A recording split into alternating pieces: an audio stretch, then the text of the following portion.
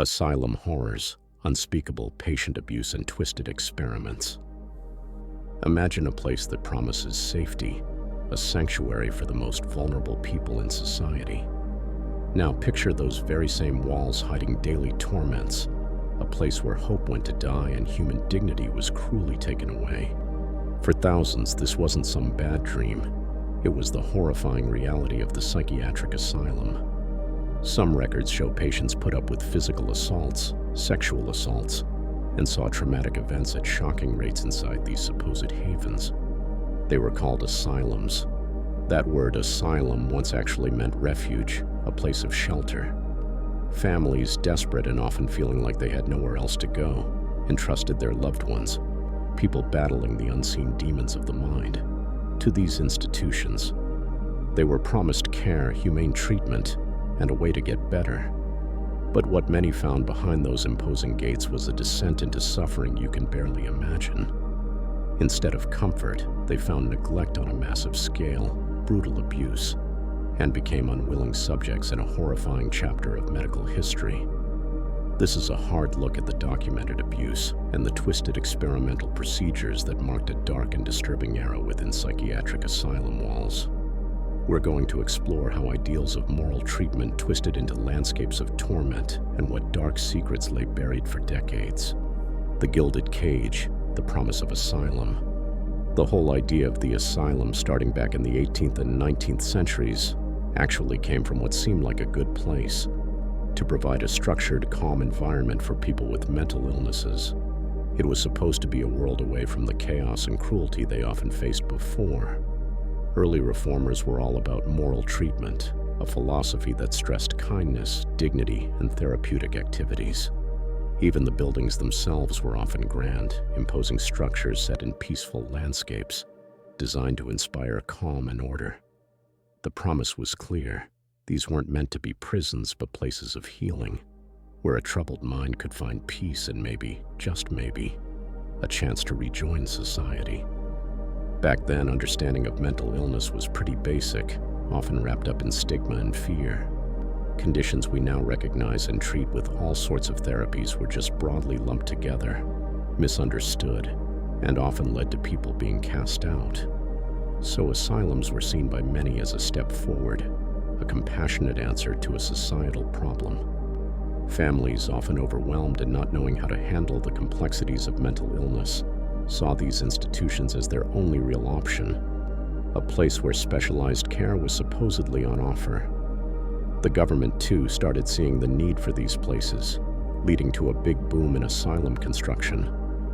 The dream was of a place that could cure using isolation from the stresses of the outside world as a main tool for recovery. But this dream, no matter how well-intentioned, would soon shatter against some harsh realities.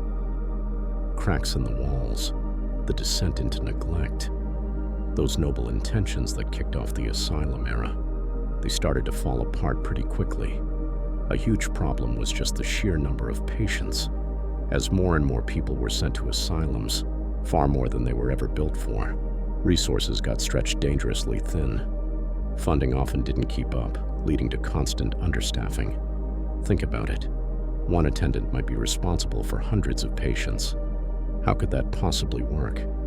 It inevitably led to widespread neglect. The direct result was a horrifying drop in living conditions. Overcrowding became normal, with patients jammed into filthy, unsanitary wards. Disease spread like wildfire, turning these supposed places of healing into breeding grounds for infection. Patients were often left alone for long stretches, suffering from malnutrition and exposed to dangerous environments. That promise of tailored, individual care, it vanished. Instead, a brutal, impersonal routine took over. Physical and psychological abuse became disturbingly common. Reports and documented accounts from the time paint a grim picture. Patients frequently subjected to physical assaults by staff who were overwhelmed, poorly trained, or sometimes just plain sadistic. Sexual abuse also happened, a dark secret hidden within the asylum walls. Things like straitjackets and chains, along with being locked away for ages in barren, often dark cells, weren't used as a last resort for safety. More often, they were tools for punishment and control. Patients were often drugged just to keep them subdued. The psychological toll of living like that was immense. Instead of making mental distress better, the asylum often made it worse, creating an atmosphere of fear, helplessness, and deep trauma. The very institutions built to protect and heal became places of profound suffering and systemic dehumanization. The chamber of horrors, twisted experiments.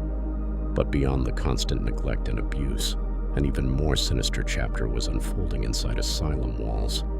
The era of unethical medical experimentation. In the hunt for ways to understand and treat mental illness, and sometimes for reasons far more questionable, patients became unwilling test subjects for shocking and often disabling procedures. Lobotomies are probably one of the most infamous examples. This drastic brain surgery, which involves severing connections in the brain's prefrontal cortex, was done on a massive scale, often without any real informed consent. If consent was even asked for at all, those who promoted it claimed it could calm agitated patients. The reality, it often left people apathetic, emotionally numb, or severely disabled, just shells of their former selves. Thousands of people had this irreversible procedure. Electroconvulsive therapy, ECT, or shock therapy was another widely used treatment. Now modern ECT is given in controlled conditions with anesthesia and muscle relaxants, but its early use was often crude and brutal, given without these safeguards. Patients suffered violent seizures, broken bones, and serious memory loss.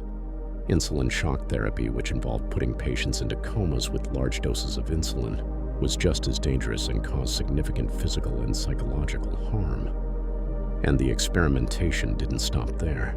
Some institutions got involved in truly bizarre and horrifying practices, based on the completely misguided idea that infections caused mental illness. Some doctors ordered the removal of patients' teeth, tonsils, colons, and other organs. These surgical focal sepsis procedures had no scientific basis and resulted in countless maimings and deaths. Patients were also subjected to injections of toxic chemicals, deliberately exposed to radiation, and had new drugs tested on them without their knowledge or consent. In some cases, fever therapy was used, where patients were intentionally infected with diseases like malaria or syphilis, with the belief that the high fever could somehow burn out the mental illness. Unsurprisingly, the death rates for these so-called treatments were often high. These weren't just isolated incidents. They were part of a disturbing pattern of exploiting a vulnerable, captive population in the name of a twisted vision of medical progress. Voices from the shadows, systemic failures, and scandals. The horrors inside asylums weren't always just the actions of a few bad people. Often they were signs of deeply ingrained systemic failures, and in some cases, straight-up discriminatory policies. For example, some institutions were set up specifically to segregate and control marginalized groups, including African Americans, who were then subjected to particularly harsh conditions, forced sterilizations, and lived in overcrowded, inhumane environments. These practices were sometimes tied to the eugenics movement, a bogus ideology that aimed to improve the human race by controlling who could have children, leading to the forced sterilization of thousands of patients deemed unfit. For decades, a culture of silence often let these abuses continue without anyone stopping them. Staff and administrators were frequently complicit, either by directly taking part or by just looking the other way. Patients who dared to speak out about how they were treated were often dismissed, their stories brushed aside because of their mental illness. It was a system that mostly policed itself, with very little outside oversight or accountability. But secrets this big couldn't stay buried forever.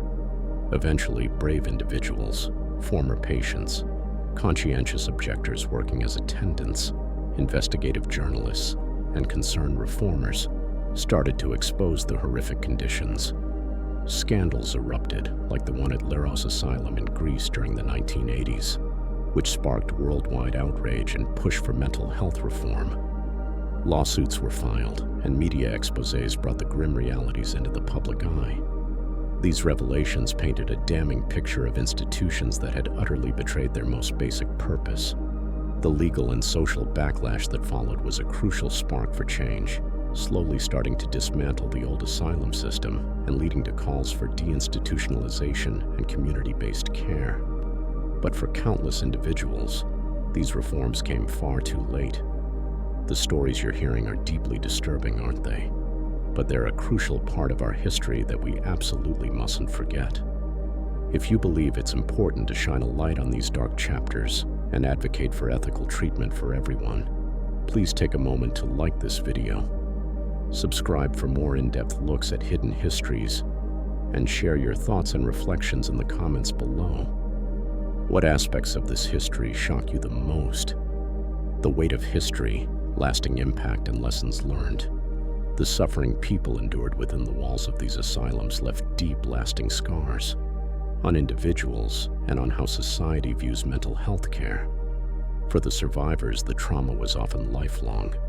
Studies and personal accounts show high rates of post-traumatic stress, persistent feelings of helplessness, and the heavy burden of social stigma, all directly linked to their experiences in these institutions. The very places meant to provide healing often became the source of new, profound psychological wounds. Families, too, carried the guilt and sorrow of what their loved ones had been through. The legacy of this dark era is complicated. The widespread abuses and failures of the asylum system directly fueled the movement towards deinstitutionalization. The policy of moving patients out of large psychiatric hospitals and into community-based mental health services.